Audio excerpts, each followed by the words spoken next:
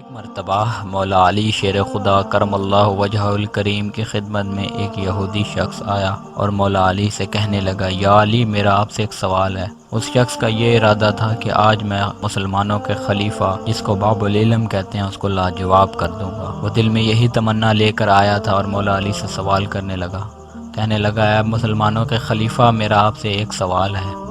حضرت علی شیر خدا کرم اللہ وجہ الکریم نے فرمایا، پوچھو تمہارا کیا سوال ہے؟ وہ یہودی کہنے لگا، مولا علی میں نے آپ کے بارے میں بڑا سنا ہے، آپ ہر سوال کا جواب دے دیتے ہیں، میرے اس سوال کا جواب بھی دیں۔ آپ نے فرمایا، پوچھ بندہ خدا تیرا کیا سوال ہے؟ وہ یہودی کہنے لگا، اے مسلمانوں کے خلیفہ جس رب کی تم عبادت کرتے ہو، جس کا نام تم لوگ اللہ لیتے ہو، وہ نظر کیوں نہیں آتا؟ اس پر مولا علی شیر خدا مسکرا پڑے اور کہا، اے بندہ خدا کیا تو سورج کو غور سے دیکھ سکتا ہے؟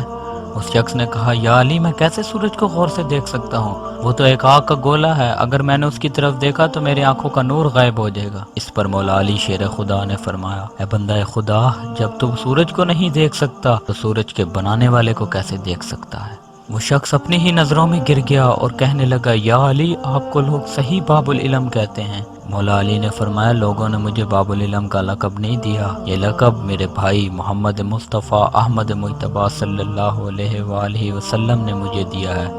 آپ نے فرمایا تھا، انا مدینۃ العلم والی بابوہا، میں علم کا شہر ہوں، علی اس کا دروازہ ہے۔ یہ بات سن کر وہ شخص کہنے لگا کہ آپ کا نبی بھی سچا تھا اور آپ بھی سچے ہیں۔ ایسی اور ویڈیوز دیکھنے کے لیے ہمارے چینل کو سبسکرائب کر دیں اور بیل آئیکن پر کلک کر دیں تاکہ آنے والی لیٹسٹ ویڈیو کا نوٹیفیکیشن سب سے پہلے آپ تک پہنچ سکے۔